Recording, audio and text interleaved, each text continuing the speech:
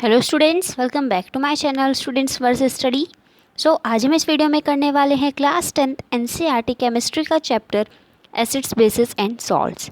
इस वीडियो में हम बेसिस की केमिकल प्रॉपर्टीज़ के बारे में पढ़ेंगे और पीएच स्केल के बारे में जानेंगे। तो चलिए शुरू करते हैं।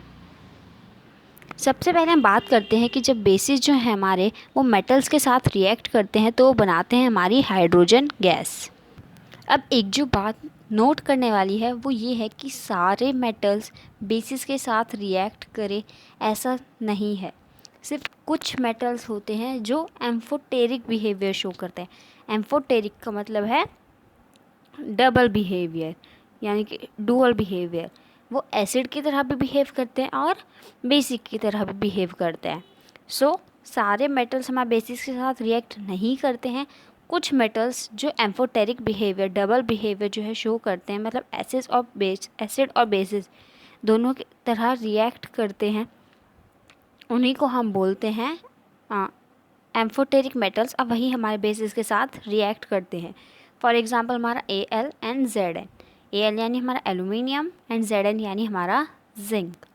तो अब रिएक्शन को देखते हैं कि जब हमारा Zn मेटल हमारे सोडियम हाइड्रोक्साइड के एक्वस सॉल्यूशन के साथ जाएगा तो हमें देखने को मिलेगा, सॉरी यहाँ पर ये एरो छुपा दिया, मैं एक सेकंड लिख देती हूँ, Na2ZnO2। ये है हमारा सोडियम जिंकेट। ये है हमारा एक सॉल्ट है और इसके साथ साथ हमारी हाइड्रोजन गैस जो है इवॉल्व आउट होती है। अब यहाँ पर Na को पहले क्यों रखा गया है, क्योंकि Na जो है वो हमारा जिंक से ज़्यादा रिएक्टिव है। इसीलिए हाईली रिएक्टिव को हमने आगे रखा है और लेस रिएक्टिव को हमने पीछे रखा है। देन सेकंड, एल्यूमिनियम का भी मैं एक बार आपको बता देती हूँ कि जब एल्यूमिनियम हमारे सोडियम हाइड्रोक्साइड के साथ रिएक्ट करता है तो वो हमें देता है sodium aluminate, NaOl and O2। ये हमें देता है सोडियम एल्यूमिनेट। ये भी हमारा एक सॉल्ट है, उसके साथ साथ हमारी इवॉल्व आउट होती है हाइड्रोजन गैस। अब बात करते हैं कि जब हमारे बेसिस एसिड्स के साथ रिएक्ट करते हैं तो क्या बनाते हैं। सबको पता है, बहुत ईजी रिएक्शन है। कौन सी रिएक्शन है कमेंट में बता देना। बेसिस जब हमारे एसिड्स के साथ रिएक्ट करते हैं तो बनाते हैं salt and water. For example हमारा जब सोडियम हाइड्रोक्साइड सल्फ्यूरिक एसिड के साथ रिएक्ट करता है तो हमारा बनता है sodium sulphate plus water. And जब हमारे बेसिस नॉन मेटल ऑक्साइड्स के साथ रिएक्ट करते हैं तो वो बनाते हैं सॉल्ट एंड वाटर। अब आप सोच रहे होंगे कि इसमें सॉल्ट एंड वाटर क्यों बन रहा है। एक हमारा बेस है, ठीक है, लेकिन दूसरा तो हमारा नॉन मेटल ऑक्साइड है। एसिड थोड़ी है कि वो हमारा सॉल्ट एंड वाटर बनाएगा। इसका आंसर है कि जो हमारी नॉन मेटल की ऑक्साइड्स होती है ना, जैसे मेटल ऑक्साइड्स हमारे बेसिस होती हैं, वैसे हमारी नॉन मेटल ऑक्साइड्स जो हैं वो हमारा एसिड, पूरी तरह से एसिडिक हो ऐसा ज़रूरी नहीं है। कुछ बिहेवियर जो होता है उसका एसिडिक जैसा होता है, एसिड जैसा होता है। इसलिए वो एसिडिक बिहेवियर शो करती है। जो हमारे नॉन मेटल ऑक्साइड्स होते हैं वो हमारे एसिडिक बिहेवियर शो करते हैं। इसीलिए जब वो बेसिस के साथ रिएक्ट करते हैं, फॉर एग्जांपल हमारा जब कार्बन डाइऑक्साइड हमारे कैल्शियम हाइड्रोक्साइड के साथ रिएक्ट करता है तो हमें मिलता है कैल्शियम कार्बोनेट एंड H2O यानी हमारा वाटर। एक सेकेंड में आपको लिख के दिखाती हूँ कैल्शियम कार्बोनेट का फॉर्मूला CaCO3। ये बनेगा हमारा कैल्शियम कार्बोनेट प्लस वाटर। अब बात करते हैं हमारे यूनिवर्सल इंडिकेटर्स की, मोस्ट इम्पॉर्टेंट टॉपिक।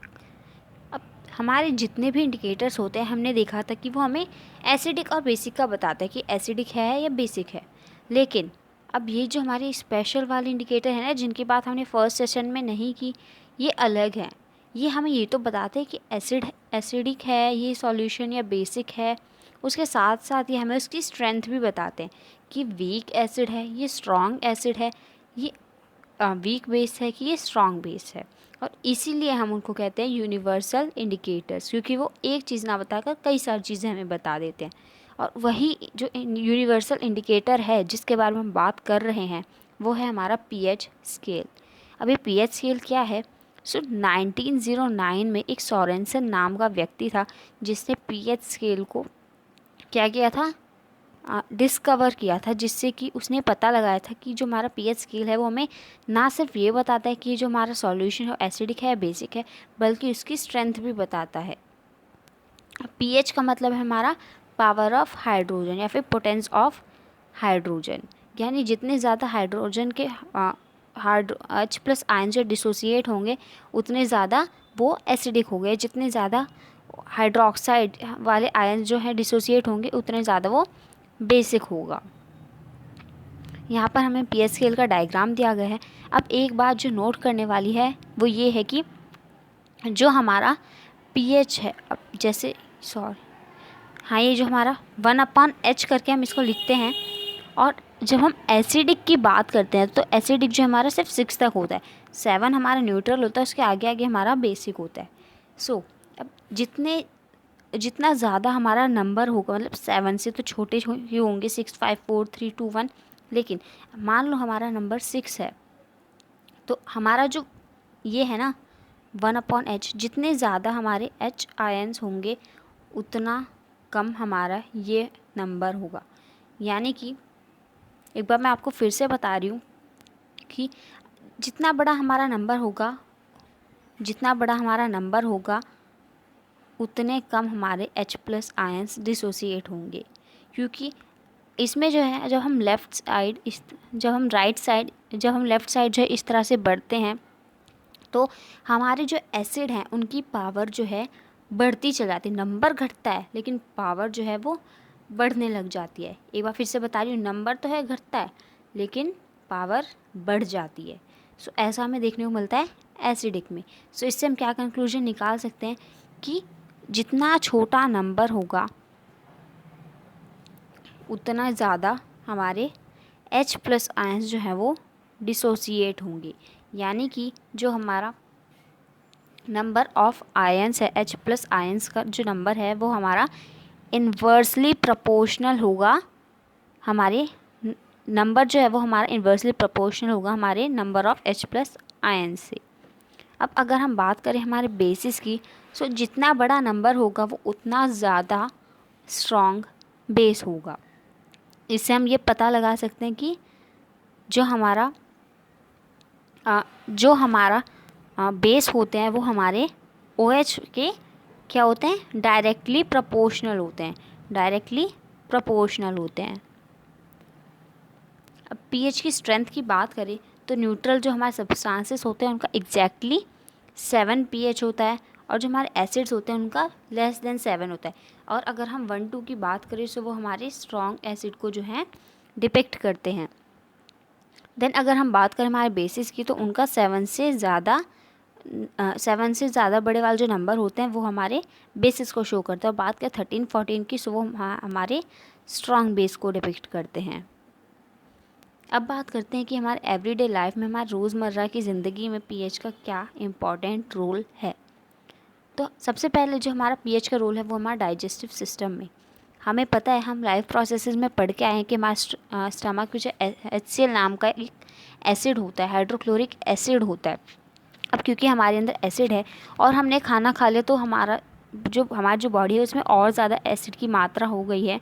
कभी कभी हम जो है एसिडिटी फील करने लगते हैं। उसको जो है हम न्यूट्रलाइज़ करने के लिए क्या लेते हैं, मिल्क ऑफ मैग्नीशिया, यानी कि हमारा मैग्नीशियम हाइड्रोक्साइड, जिससे जो हमारा बेस होता है वो एसिड को न्यूट्रल कर देता है।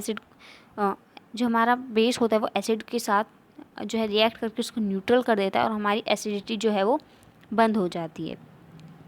देन सेकंड जो इम्पॉर्टेंट रोल है वो है हमारा टूथ डिके का। यानी कि अब हमें पता है कि जब हम खाना खाते हैं तो हमारे अंदर के जो एसिड कंटेंट होता है वो बहुत ज़्यादा बढ़ जाता है।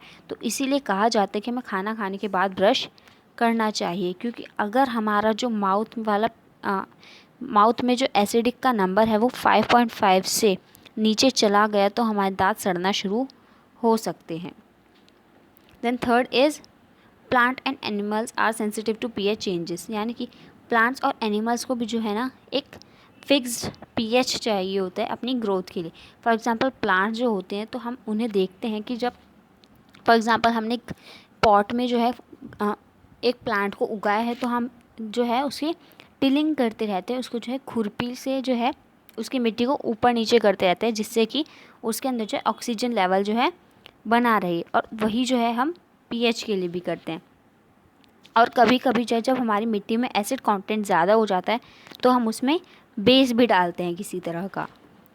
And the last is self defence by animals and plants through chemical warfare, यानी कि जब जो हमारी मधुमक्खी होती है वो हमें काट लेती है, तो तब जो है हमें जो है उस पर बेकिंग सोडा या फिर हमें कोई भी तरह का जो बेस है वो अप्लाई कर लेना चाहिए, जिससे कि जो हमारा हाथ है वो स्वेलअप ना हो, क्योंकि जो एसिड उसने छोड़ा है, यानी हमारा जो फॉर्मिक एसिड हमारी हनी बी ने छोड़ा है, उसको न्यूट्रलाइज़ करने के लिए हमें एक बेस चाहिए।